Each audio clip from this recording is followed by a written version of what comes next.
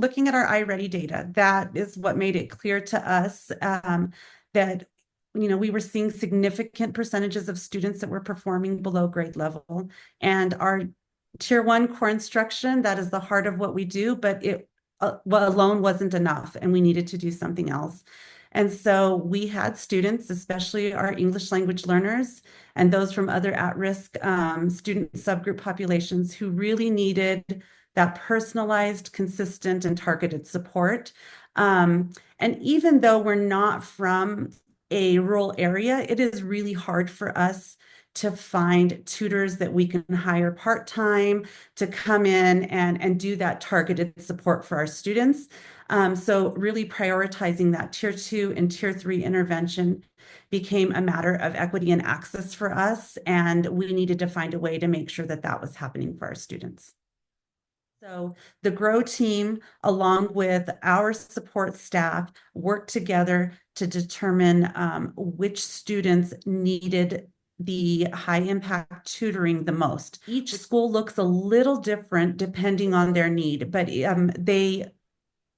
they were to target students in third, fourth, or fifth grade. They could do all three grade levels, or they could choose one based off of their population. They also could choose either reading or math. We didn't dictate what they had to do at their school site because their data looked different at each school site.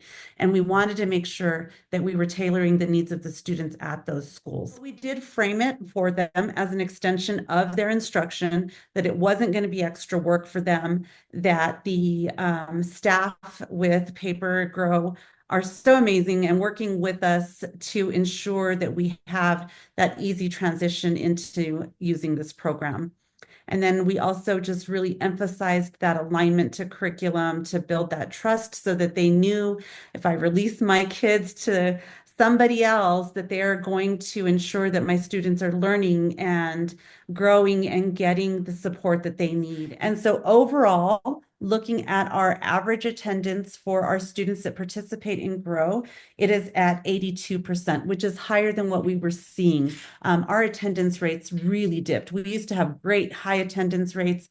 And so to see that that was making an impact for our students and that we were having that great attendance rate because they wanted to be there to attend their GROW sessions was really exciting to us. And then looking at like our pre-assessments and then our progress monitoring as we went along, I'll highlight a couple of pieces of data for you. The ones that I want to highlight is our overall ELA proficiency rose from 20% to 42%. And this is for the students participating in GROW. Our math proficiency from the pre-assessment until now rose from 5% to 45%. And that's the overall, all of the students who are using GROW. And then breaking it down into a couple of grade levels, I want to highlight that ELA data in fourth grade went from 34% to 73%. That was our highest rate of growth. And then ELA in third grade, all the way down from 10% to 42%. So we're seeing great increases on our assessments and progress monitoring through the GROW program. Title I is in my department. To the schools that are currently using GROW is, if we don't have other funding available, are you willing to use your school Title I allocation to continue to support GROW?